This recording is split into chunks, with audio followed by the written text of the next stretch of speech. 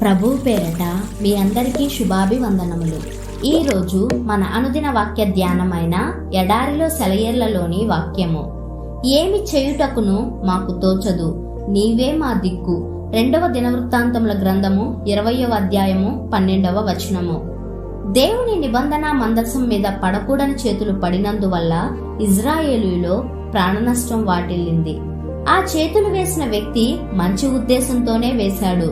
గతుకుల బాటలో ఎద్దులు నడిచిపోతూ ఉంటే మందసం జారి క్రింద పడకుండా పట్టుకున్నాయా చేతులు. అయితే దేవునికి చెందిన దాన్ని ఆ చేతులు మానవ అహంకారంతో కలిగిన తొందరపాటు వల్ల ముట్టుకున్నాయి. వెంటనే నిర్జీవంగా ఆ శరీరం నేలకూలింది. మన తెలివిని ఉపయోగించి దేవునికి సంబంధించిన వాటిని సరిచెయ్యాలనుకునేవాడు విశ్వాసరహితమైన వ్యక్తి. మనం దేవునిపై ఒక బాధ్యతను వదిలేసినప్పుడు ఇక పూర్తిగా మన చేతులు దులిపేసుకోవాలి. మన సహాయం, జోక్యం లేకపోతే ఆయన బాధ్యతని బహు చక్కగా నిర్వహించగలడు. దేవునిలో నిశ్చింతగా ఉండండి. ఆయన కోసం ఓపికతో కనిపెట్టండి. తన అన్యాయాల్లో వర్ధిల్లేవాణ్ణి చూసి వ్యసన పడకండి. కుయుక్తులు పన్ని కాలం గడుపుకునేవాణ్ణి చూసి అసూయ పడకండి. కొన్నిసార్లు అంతా అంతమైపోయినట్టు అనిపిస్తుంటుంది. దేవునికి తెలుసు ఈ విషయం.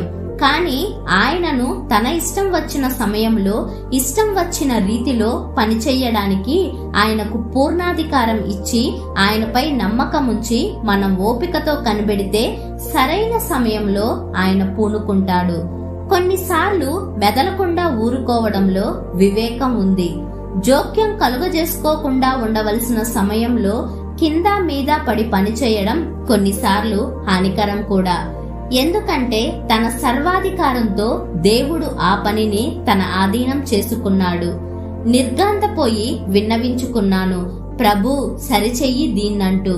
నా తలకి మించిన పని ఇది, వేలు పెట్టే సాహసం లేదు.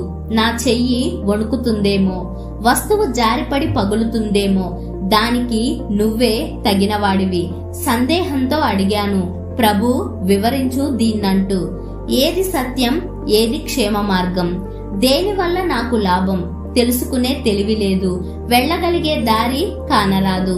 నీకన్నీ తెలుసు, నాకు వివరించి తెలుపు.